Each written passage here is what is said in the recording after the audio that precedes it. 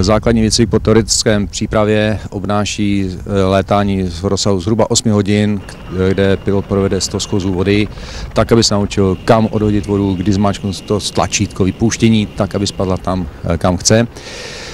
Přičemž posledních 10 už je bráno jako přezkoušení před povolením létáním samostatným hašením. A potom jednou za rok je tam periodické přezkoušení, které obsahuje 10 schozů vody a nouzové vylití vlaku v případě poruchy vypouštění. Tak nasazování je na výzvu. Nás volají vždycky už až jako poslední instanci, pokud na to nestačí hasičský záchranný sbor, ať už vojenský nebo civilní, a nestačí na to letecká služba Policie České republiky, která používá taky bambivaket podobného charakteru, jako máme my, akorát o malinko menší, tak zavolají nás. Hlavním úkolem je zamezení šíření toho požáru do dalšího porostu, který ještě není zasažen požárem. Je to poměrně složitý úkol, hlavně co se týká odhadů, kdy vypustit vodu tak, aby spadla tam, kam chci. Naučit vodu padat podle mých představ.